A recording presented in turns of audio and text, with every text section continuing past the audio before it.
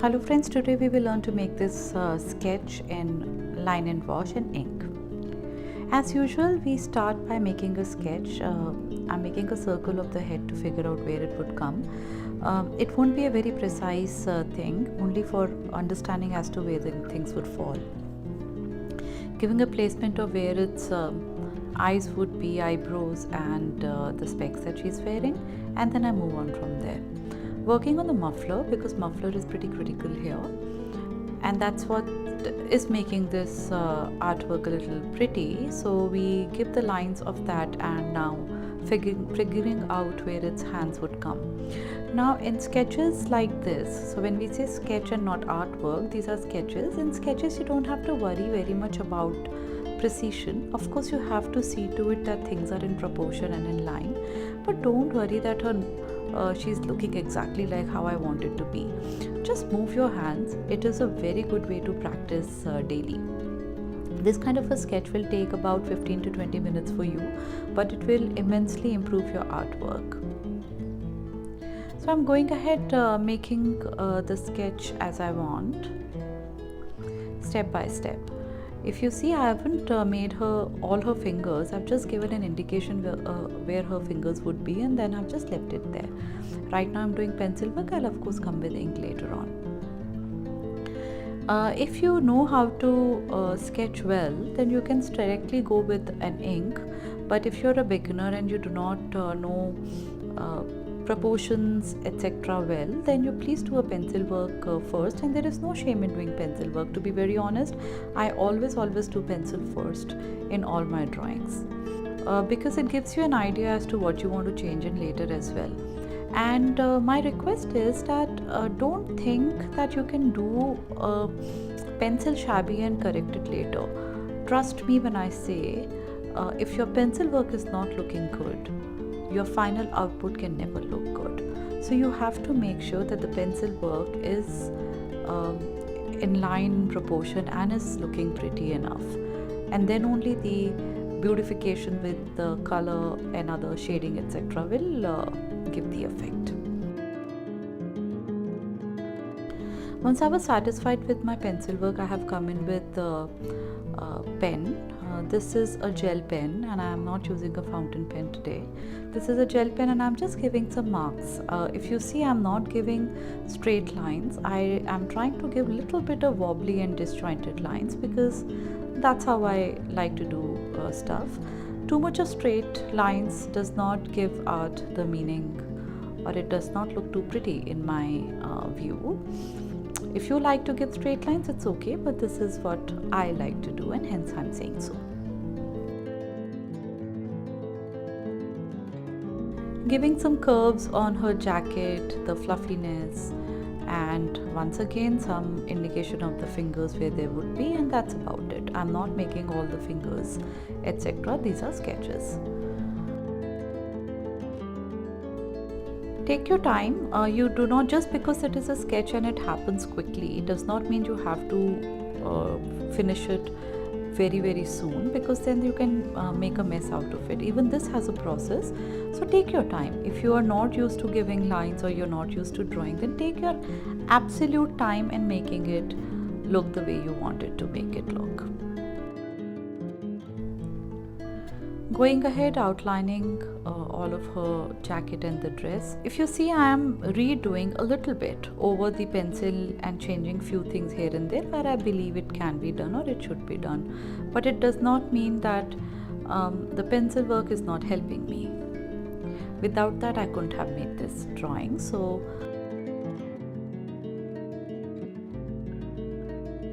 now what I've done is I've taken a brush and some ink. This is not watercolor, and the paper that I'm using is absolutely a simple office notebook. Actually, it is not even a watercolor sheet.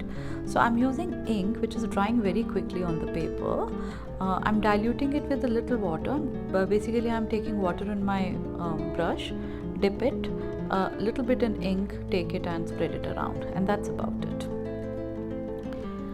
I bought some brush pens recently, so I thought let me use it. I will get comfortable with it with time. This is the first time I'm using a brush pen. It's too dark and thick for me, as of now, but let's see how the final outcome comes in. This helps finish the artwork a little quick, because rather than inking in these darker places, it would have taken a lot of time, whereas this one small stroke is doing the job for me.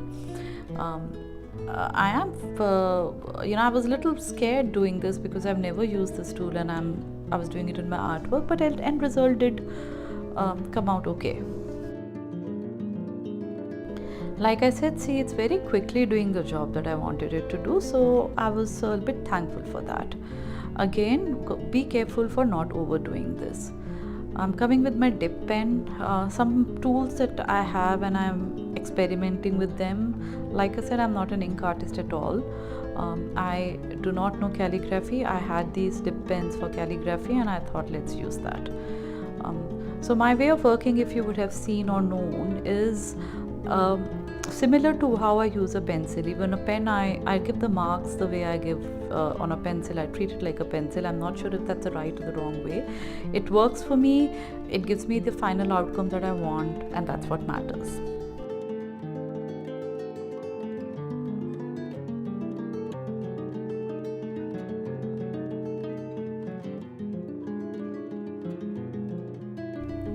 Back to talk about this artwork. So now what I'm doing is I've taken this dip pen and giving little darker lines to see the shadow and the folds in the cloth.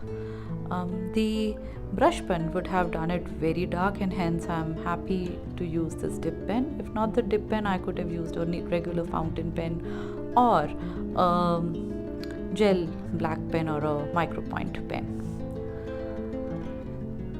Too many lines also can mess things, which is overdoing, and too little also may not give you the effect that you want. So be careful about overdoing and underdoing your artwork always. Right now I am using a lot of dip pen because just recently I've started using it, so I'm seeing how it feels, how it works. I'm still in the learning journey of it.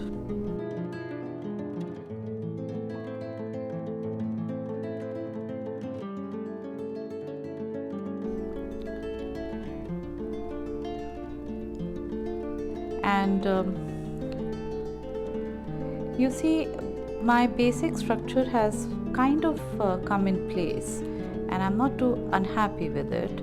So I will go ahead with the next step, which is coloring the muffler, and I will only be coloring the muffler red. So that's something that I like to do. The entire artwork is in monotone, and then one color which should stand out is standing out. So that's what it is.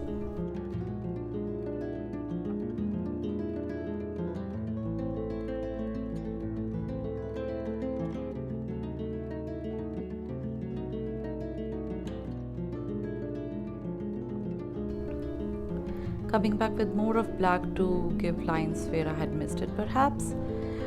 Don't worry about making a mess, because once the color and ink etc. dries up, it will merge with the overall drawing. This is my final artwork for today. I missed out telling you how to do the background or the splashes that I've done, so I'm using another artwork of mine to show you the same. What I'm doing is I'm dipping my brush in water and bit of an ink, as you see, and I just ran it through the paper for the background, and I'm splashing the ink. This is not watercolor ink, with a lot of water, so that it just splashes around and leaves some texture. And that's what I've done even in this artwork.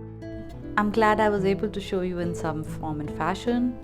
Hope you liked the tutorial. Please like, share and subscribe for weekly updates. Thank you.